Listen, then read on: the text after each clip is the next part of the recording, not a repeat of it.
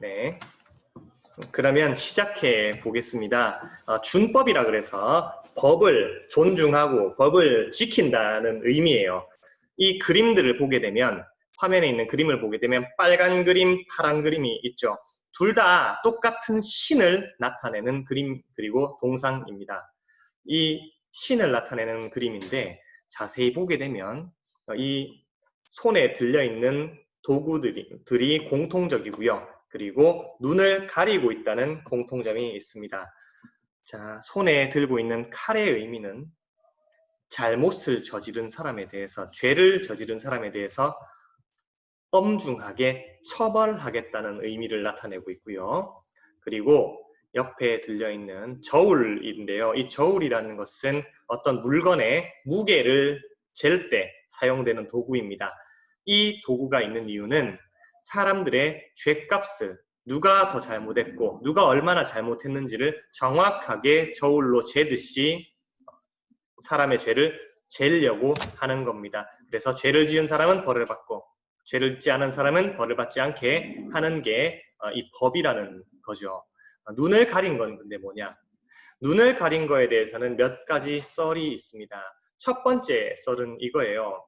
눈을 가렸다는 거는 여신님이, 정의의 여신님이 사람들의 죄를 판단할 때 내가 아는 사람이든 어떻게 불쌍하게 생긴 사람이든 그런 것들을 상관하지 않고 그냥 그 사람의 객관적인 죄 자체만 본다는 겁니다. 나랑 친한 사람이라서 마음이 흔들려서 봐준다든지 나보다 좀 불쌍해 보인다 그래서 그 사람을 봐준다든지 하는 일들은 없어야 되기 때문에 눈을 가리고 공평하게 그냥 죄만 가지고 평가를 한다는 게 첫 번째 내용이고요.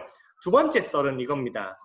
바로 눈을 가린 이유는 옛날에 눈을 안 가린 상태에서 처음에 재판을 할 때는 완벽하게 재판을 했다고 해요. 그런데 완벽하게 재판을 하다 보니까 죄를 지은 사람들이 그게 두려웠던 거죠. 그래서 죄를 지은 사람들이 벌 받는 게 무서워서 이 여신의 눈을 천으로 가려버린 겁니다. 천으로 가렸기 때문에 완벽한 재판을 내리지 못하고 재판 과정에서 실수가 있을 수가 있다라는 것을 또 나타낸다고도 해요. 하지만 저는 첫 번째 내용이 좀 더 이 정의의 여신상에 걸맞다고 생각합니다. 네, 그래서 다음 사진 한번 보도록 할게요.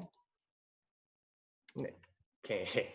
네, 이 다음 사진은 여러분들이 잘 알고 있는 우리 대한민국 경찰의 마스코트, 포돌이 그리고 뭐 포순이라는 캐릭터 중에서 제가 찾다가 저작권이 괜찮은 거를 포돌이만 못 찾아가지고 일단 요거 하나 갖고 왔는데 경찰의 마스코트들이죠. 경찰을 상징합니다.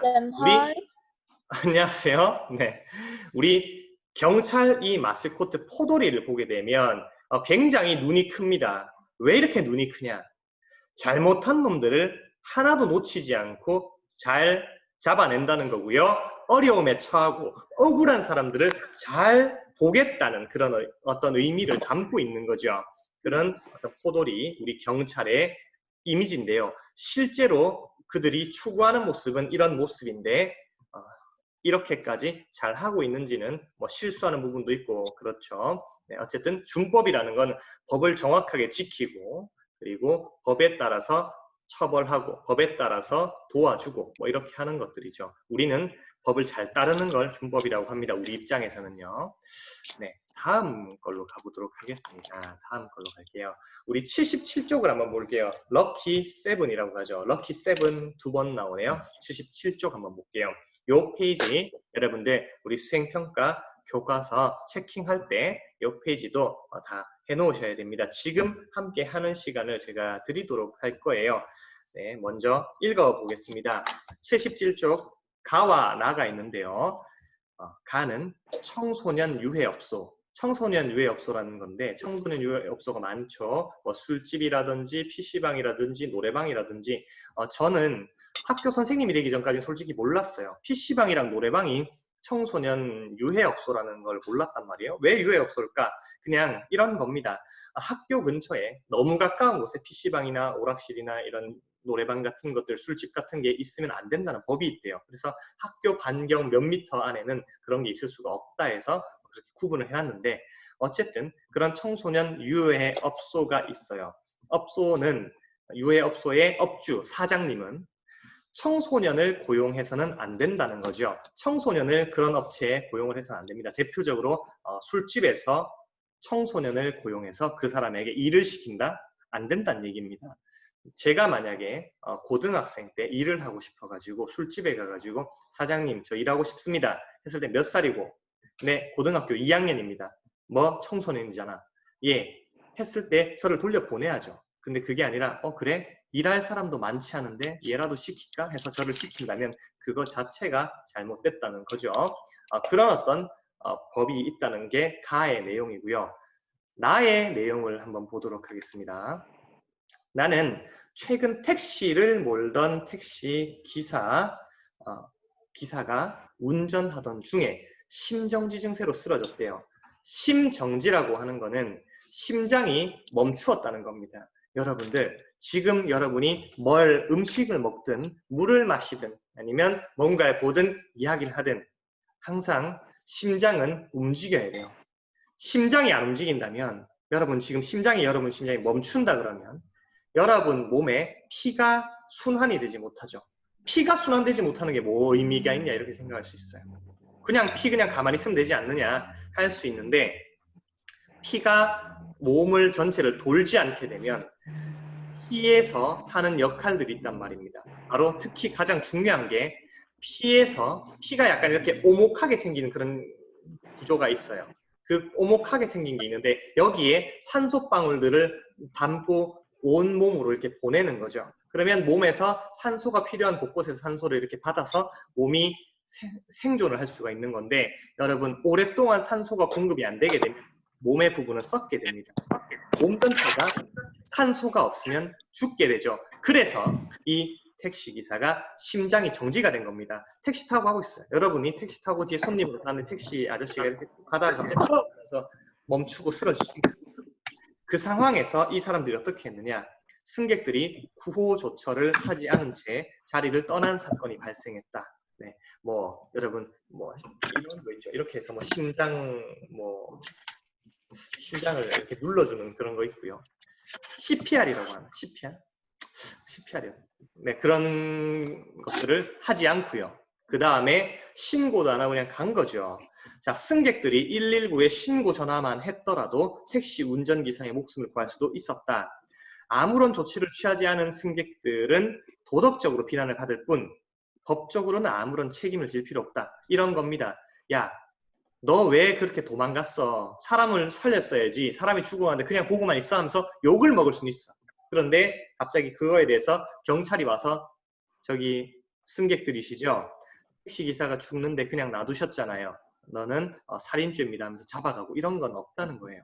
근데 이 사건 이후에 위험에 처한 사람을 구조하는 과정에서 자신이 위험에 빠지지 않는 상황인데도 불구하고 구조 활동을 하지 않는 사람을 처벌하는 이른바 선한 사마리아인 법을 도입하자는 움직임이 일고 있어 귀추가 주목된다라는 말인데 이 얘기는 뭐냐면 어려움에 처해서 정말 죽어가는 여기 그림을 보시게 되면 쓰러져서 팔다리가 다 잘리고 지금 몸과 머리만 있는 굉장히 힘든 사람이 있어요. 그 힘든 마네킹 사람이 있는데 그 사람이 지금 죽어가고 있을 때 심장이 멈추려고 할 때 우리는 해줄 수 있는 게 있습니다. 아까 말했던 심장에다가 손을 깍지 끼고 이 가슴 윗부분에서 충격을 계속적으로 주면서 심장이 다시 뛸 수 있게 해주는 그런 방법이 있고요. 둘째로는 신고를 해서 전문가가 와서 구조할 수 있게 해줄 수가 있겠죠. 근데 그 어떤 것도 안 하게 되면 바로 처벌을 받게 되는 법이 착한 사마리아인 법인데 아직 이런 게 생기진 않았습니다만 이 법이 옛날에 이렇게 논란이 됐다는 거예요. 이렇게 논란이 됐대. 이런 게 생겨야 되지 않을까 하는 얘기가 있었다는 겁니다. 여러분들은 지금 가와 나의 이야기를 이제 다 보셨습니다. 그러면 77쪽에 있는 1번과 2번을 여러분들이 풀 수가 있겠는데요. 지금부터 1번과 2번을 한번 풀어보도록 하겠습니다. 생각이 나는 건데 실제로 제가 예전에 초등학교 저학년 때였을 것 같습니다. 아주 쪼맨했어요. 쪼맨한 때였는데 부모님이랑 같이 등산을 갔어요. 왜 그러냐면 그 산이 산 정상에 갈대숲이 엄청 예쁘게 있는 곳이었어요. 그래서 그 갈대숲에서 인생 샷도 남기고 갈대도 즐기고 이러려고 했단 말이에요. 그런데 거의 꼭대기에 다 와가요. 산이 보니까 두 개가 나누어져 있어. 근데 두 산이 연결돼 있지 않고 한 1m 정도의 거리가 띄워져 있는 겁니다. 그러고 그 밑으로는 그냥 낭떠러지가 있었죠. 그 끝에서 제가 반대쪽으로 뛰어 넘어가야 돼요. 1m 정도니까 어른들은 그냥 이렇게 폴짝폴짝 잘 뛰어넘고 그리고 형이나 누나들도 잘 뛰어넘고 그렇게 했죠. 그런데 제가 조금 방심을 했는지 팍 뛰었는데 점프를 했어요. 반대쪽으로 딱 뛰었는데 여기서 어떻게 됐냐면 발을 디뎠는데 이게 뭔가 불안한 거야. 그러더니 미끄러졌어요. 이렇게. 제가 그래서 손으로 여기 끝부분을 잡게 됐습니다. 여기 매달린 거예요. 어떻게 잘못됐으면 저는 거기서 죽을 수 있었고 여기서 고민됐던 게 제가 힘이 자신이 없었기 때문에 그 낭떠러지를 잡고 이렇게 올라올 자신이 없었어요. 여러분 턱걸이 하는 것도 힘든데 제가 몸을 그 낭떠러지에서 이렇게 올린다는 게 정말 어렵잖아요. 그때 꼬마였기 때문에 그런 상황에서 앞에 가던 어떤 대학생 누나가 저를 발견한 거예요. 그러더니 제 손을 이렇게 잡아서 당겨줬거든요. 만약에 그때 그 누나가 저를 당겨주지 않았다면 저는 아마 그때 그 어린 나이에 제 생을 마감했을 수도 있어요. 물론 떨어져서 무조건 죽어라는 법은 없겠지만 거의 죽었겠죠. 엄청나게 높은 거의 꼭대기 다 와간 곳이었으니까요. 그래서 제가 살면서 죽을 뻔했던 기억이 몇 번 있지만 그 중에 가장 화끈한 기억은 그때입니다. 정말 매달렸을 때의 느낌은 등골이 오싹해졌어요. 정말 너무 무서워가지고 무서우면서도 온몸이 진짜 완전 각성 상태가 된 거죠. 모든 감각이 다 깨어났어요. 죽음이라는 게 제 몸 완전 전체를 덮은 것 같은 그런 느낌이 됐었단 말이죠. 그런 어떤 일이 있었습니다. 그때 저를 구해준 그 누나 정말 고맙고요. 그런 분은 도덕적으로 칭찬을 받습니다. 근데 물론 그 누나가 지나가다가 저를 안 구해줬다고 합시다. 그냥 지나갔어요. 저를 보고도 쟤 떨어지려고 하네? 에이 모르겠다. 그냥 갔다. 하면 우리는 지금 우리 법부는 어떠냐면 그 사람한테 야 어린애를 어떻게 안 도와주고 그냥 가? 인성? 이 정도로 얘기를 할 수 있어요. 그런데 어린애를 안 도와줬다고 처벌받는 거는 아니라는 거죠. 착한 사마리아인 법은 그걸 처벌하는 법이기 때문에 여러분들이 지금 새롭게 논의를 해보고 생각을 해볼 필요가 있는 겁니다. 앞으로 어쩌면 여러분들이 나중에 국회의원도 되고 여러분들이 뭐 정치인도 되고 하면 그런 걸 또 만들 수도 있겠죠. 그런 내용입니다. 여러분들 그러면 요거 1번과 2번 이제 완성되셨나요? 넘어가 보도록 하겠습니다. 네, 다음 페이지로 넘어가 보도록 할게요. 밑에 새로운 거 한 개 더 들어왔네. 강아지. 강아지 맞나요? 네, 강아지. 네, 넘어가도록 하겠습니다. 이제 요거 다시 지워주세요. 네, 다시 지워주세요. 새로운 페이지니까. 좋습니다. 네, 깔끔하네요. 여러분들한테 제가 좀 기술을 배워야 되겠어요. 네, 다음 페이지로 가서 이제 공익에 대한 내용입니다. 우리가 법이라는 거는 결국에는 법을 만드는 국회의원들이 만들죠. 근데 사실 우리나라가 처음 만들어질 때 뭐 계약으로 만들어졌을 수도 있고 자연스러운 본성에 의해 만들어졌을 수도 있지만 결국에는 나라를 국가를 만든 이유는 여러 국민 여러분들 다 여러분들이 좋고 여러분들이 이득을 보고 여러분들이 편안하게 살 수 있고 보호받을 수 있기 위해서 만든 거잖아요. 줄여서 말하면 법을 만들고 국가를 만든 이유는 다 우리 국민들 여러분들이 좋기 위해서 만드는 거고 그렇게 만들어야만 되는 겁니다. 그런데 이 법 자체를 만드는 국회의원이 만약에 자기 자신의 이익을 위해서만 법을 만든다면 그 국회의원들은 잘못된 국회의원들입니다. 법은 국민을 위해서 만들어야 돼요. 바로 여러분들이 행복하기 위해서 만들어야 되는 거지. 예를 들어서 국회의원들이 맨날 국회에서 법을 만들 때 국회의원들의 월급을 올리는 거 이런 것만 법을 계속 만들고 있고 어려운 우리 국민들의 어떤 경제를 도와줄 생각을 하지 않는다든지 그리고 사업을 잘 키워나가서 우리 국가가 부유해지게 만들지 않는다든지 이런 거는 아예 관심이 없이 자기들의 이득만 생각하는 사적인 이득만 생각하는 사람들이라면 국회의원으로서 자격이 없는 거고요. 그런 식으로 만든 법은 정말 잘못된 법이 되겠죠. 법은 공익을 위해서, 공공의 이익을 위해서, 국민 전체의 이익을 위해서 만들어야 된다는 거죠. 그런데 만약에 if가 여러분 만약이라는 뜻 맞죠? 제가 이거 그냥 if만 생각나서 if를 그냥 여기 썼어요. 법이 만약에 공공의 이익을 파괴하고 오히려 몇몇 사람의 못된 삿된 사사로운 이득, 저그만의 이득만을 생각해서 만들어진 거고 그렇게 작용이 된다면 그 법은 잘못된 거고요. 그런 경우에 우리는 78쪽에 밑에 있는 우리 시민 불복종이라는 거를 하게 됩니다. 이걸 해도 되고 안 해도 되는데 여러분이 잘못된 법이다. 이건 고쳐야겠다 생각하면 시민 불복종을 할 수가 있어요. 그런데 시민 불복종에는 4가지 조건이 있습니다. 4가지 조건이 있어요. 이게 약간 이 4가지 조건이 조금 중요해요. 4가지 조건이 중요하다고 말씀드렸습니다. 여러분들 이 4가지 조건을 잘 기억해 두세요. 밑에 그림으로 잘 표시가 되어 있죠. 이 4가지 조건을 잘 기억해 주셔야 돼요. 네. 마지막으로 한 번 더 말씀드릴게요. 시민 불복종의 조건 4가지 잘 기억해 주십시오. 여러분들 잘 기억해 주세요. 네. 이거 교과서 몇 쪽에 있어요? 이거는 78쪽에 있습니다. 네, 78쪽에 밑에 보게 되면 그림 4개가 있어요. 그 그림에서 말풍선 해가지고 설명이 되어 있는 부분인데 그 부분을 여러분들이 잘 봐주시면 되십니다. 네, 지금 한번 잘 보시고 어떤 것들이 있는지 지금 눈에 익혀두세요. 한 번만에 뭐 외우는 건 사실 어렵겠지만 눈에 익혀주시면은 여러분들이 다음에 공부를 할 때 훨씬 더 수월하실 것 같습니다.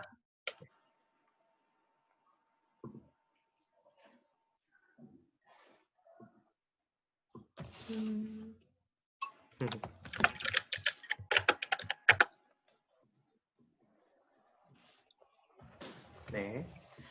네, 여러분들 다 한번 보셨죠?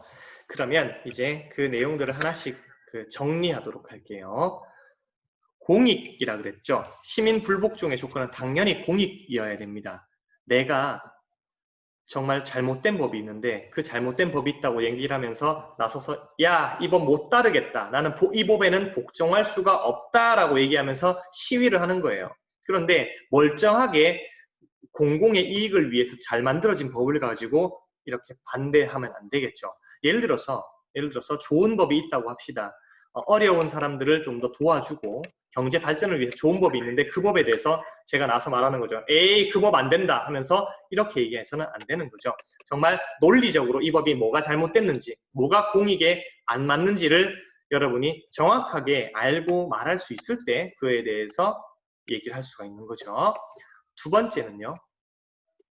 비폭력입니다. 그런 시위를 하면서 폭력을 해서는 안 됩니다. 예를 들어서 대통령이 있는 청와대를 갑자기 담을 넘어가지고 가서 대통령을 때리면서 이거 못 따르겠다고 화를 낸다든지 그러셔서는 안 되는 거죠.